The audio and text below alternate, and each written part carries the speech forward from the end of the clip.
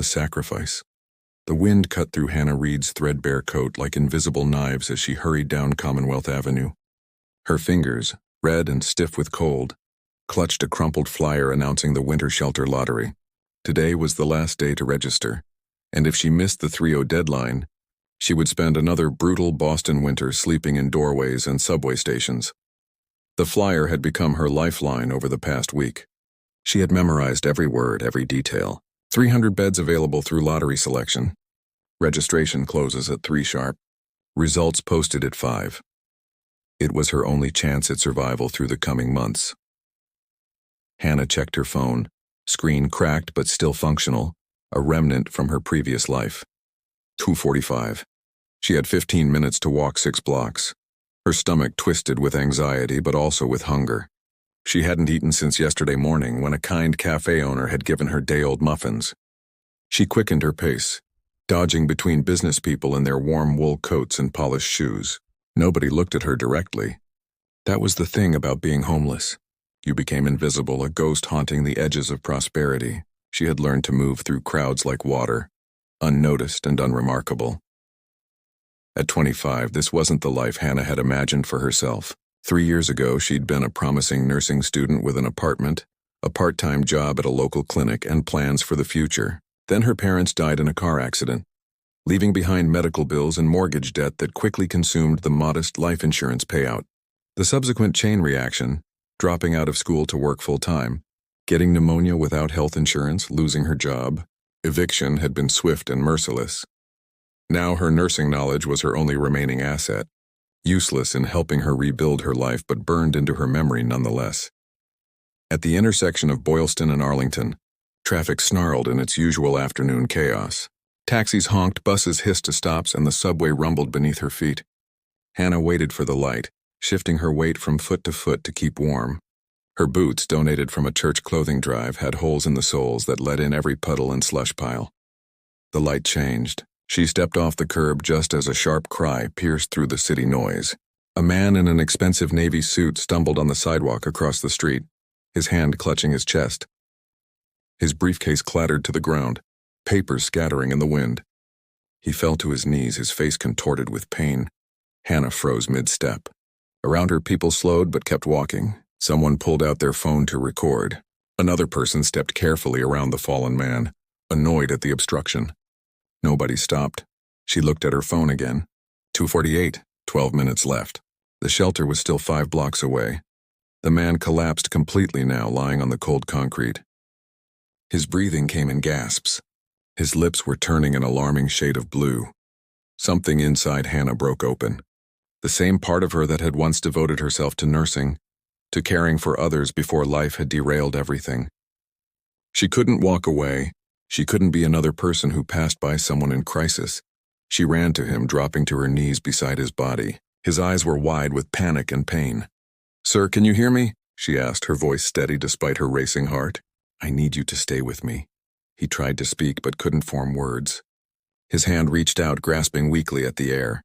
She took it, holding tight. "Someone call 911, she shouted to the crowd. A few people looked up from their phones, but nobody moved. She shouted again, louder this time.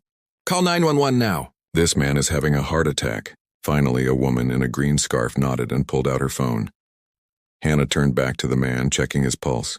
It was rapid and irregular, fluttering like a trapped bird beneath her fingertips. "My name is Hannah," she said softly, keeping her voice calm. "Help is coming. I need you to try to breathe slowly. In through your nose, out through your mouth." She loosened his tie and opened his collar. His skin felt clammy and cold. She pulled off her coat, the only warm thing she owned, and tucked it around him. The winter air immediately attacked her thin sweater, but she ignored it. "Stay with me," she repeated, watching his eyes. "Don't close your eyes. Keep looking at me." Minutes stretched like hours. The crowd grew larger, forming a circle around them, everyone watching but few helping. Someone asked if she was a doctor. She shook her head but said nothing more, all her focus on the man struggling to breathe beneath her hands. His hand squeezed hers with surprising strength. For a moment, his eyes focused on her face, really seeing her. Recognition flickered there, not of who she was, but of what she was doing. Gratitude shone through his pain. The ambulance finally arrived, its siren cutting through the noise. Paramedics rushed over with equipment and urgent voices. They eased Hannah aside, gently but efficiently, taking over with practiced movements. "You did good," one of them told her. "You might have saved his life." She stepped back, suddenly aware of how cold she was without her coat. One of the paramedics had it now, still tucked around the man. She watched as they lifted him onto a stretcher, attaching monitors and oxygen. His face was covered now, but his hand moved slightly, as if reaching for her. "Miss, we need your name for the report," a police officer said, appearing beside her with a notebook. "Hannah Reed," she said automatically. Her voice sounded distant to her own ears. "You witnessed the collapse?" "Yes," he grabbed his chest and fell. "I think it was a heart attack," the officer wrote quickly. "Contact information?" She hesitated. "I don't have a permanent address right now." He looked up, his expression shifting as he took in her appearance properly for the first time. The worn clothing, the hollow cheeks, the desperation in her eyes. Understanding dawned, followed by pity. "A phone number?" he asked more gently. She gave it, knowing the phone would die soon without anywhere to charge it.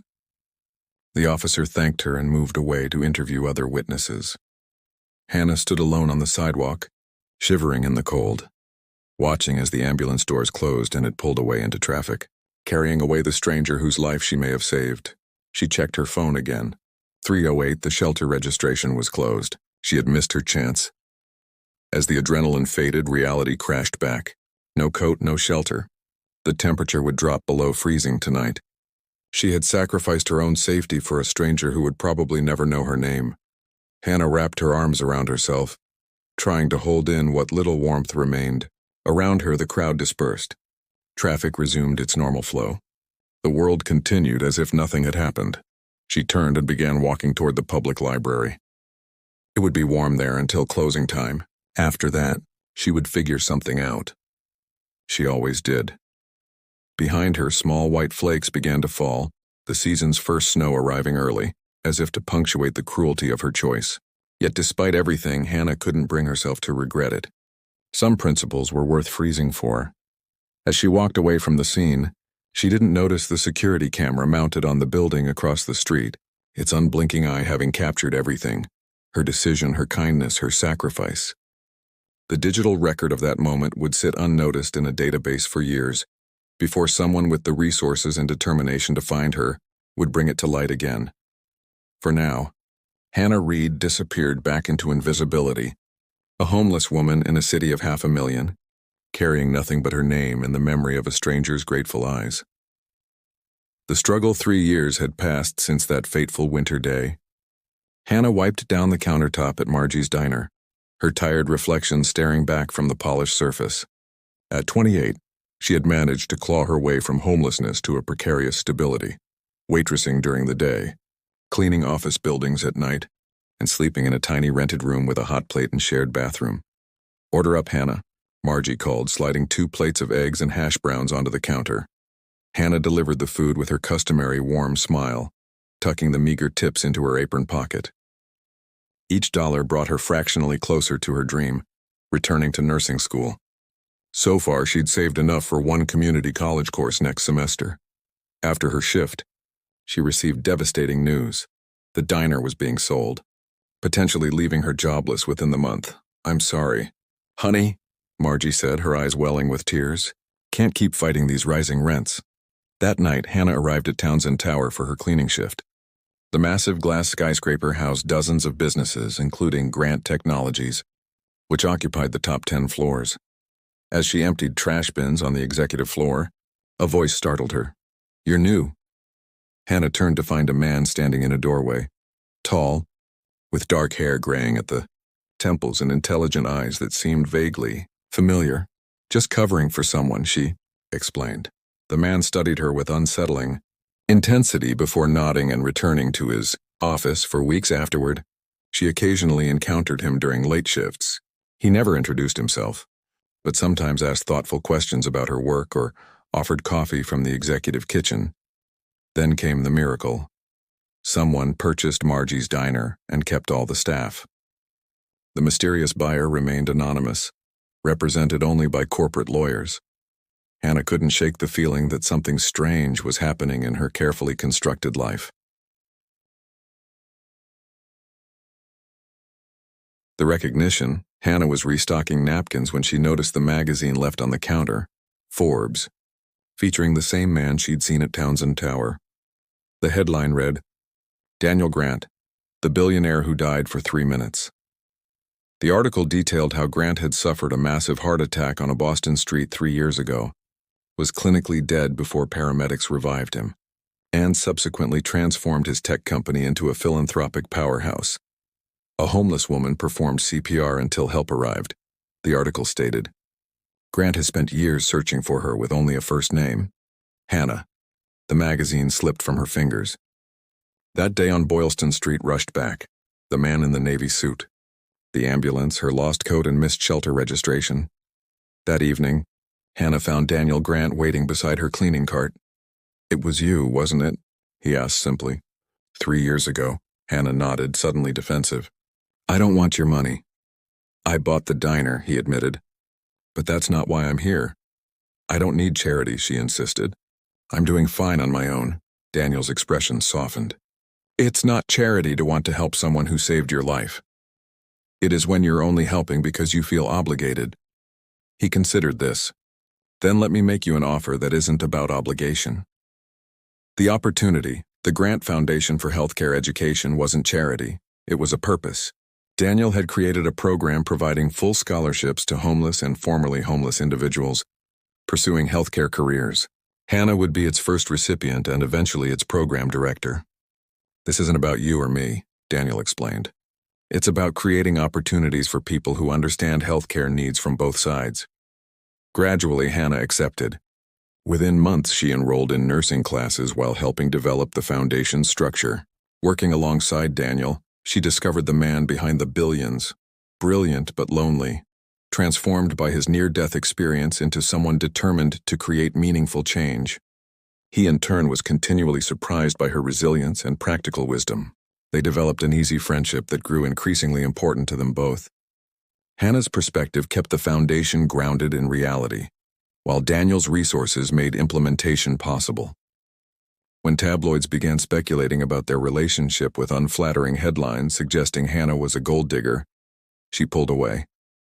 "I can't compromise what we're building," she told him. "People need to believe in the foundation's integrity." Daniel watched her walk away, understanding her principles even as he questioned his own growing feelings. Full circle 1 year later, Hannah stood in her graduation gown, nursing degree in hand, surrounded by the foundation's first class of 20 scholarship recipients. The program had expanded beyond Boston to 4 other cities. At the celebration, Daniel approached her with a proposal, not the romantic kind, though that tension remained unresolved between them, but a professional one. "We're opening a healthcare clinic for the homeless," he explained. "We need someone who understands both worlds to run it." Hannah studied the plans, emotions overwhelming her. The clinic would provide the care she had once dreamed of delivering, before life derailed those plans. "Why me?" she asked quietly. Daniel's answer was simple. "Because you stopped when no one else would." Later that evening, after the celebrations ended, they found themselves alone on the rooftop garden of the foundation building. 3 years ago, I was clinically dead for 3 minutes, Daniel said. When I came back, all I could remember was a pair of kind eyes and a voice telling me to keep breathing. "You didn't just save my life that day, Hannah. You showed me what to do with it." Hannah finally allowed herself to acknowledge what had been growing between them. "I'm not the same person who lived on the streets." "Neither am I the same person who collapsed on Boylston Street," he replied. "We saved each other." As Boston's lights twinkled below them, Hannah considered how far she had come from that freezing day when she had given up her only coat. Her sacrifice had set in motion a chain of events that would help countless others. Sometimes second chances came disguised as strangers in need. Sometimes the greatest gifts came from letting go of the very things you thought you couldn't survive without. And sometimes the people you saved turned around and saved you right back.